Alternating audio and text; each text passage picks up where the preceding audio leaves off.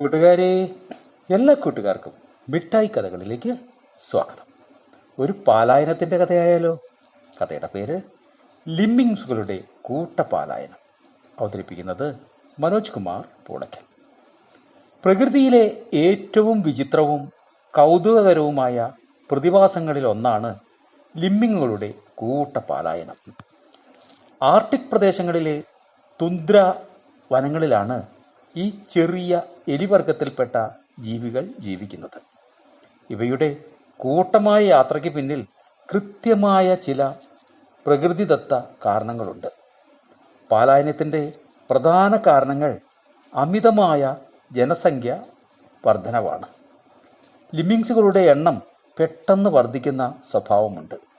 ഓരോ 3 മുതൽ 4 വർഷം കൂടുമ്പോഴും ഇവയുടെ ജനസംഖ്യ സാധാരണ പരിധിയേക്കാൾ 10 മടങ്ങ് വർദ്ധിക്കുന്നു.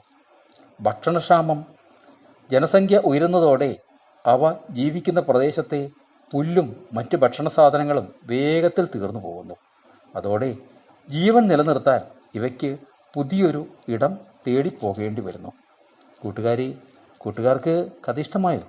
എങ്കിൽ പുതിയൊരു കഥയുമായി നമുക്ക് നാളെ കാണാം. എല്ലാവർക്കും നല്ലൊരു ദിനം ആശംസിക്കുന്നു. Story uncle.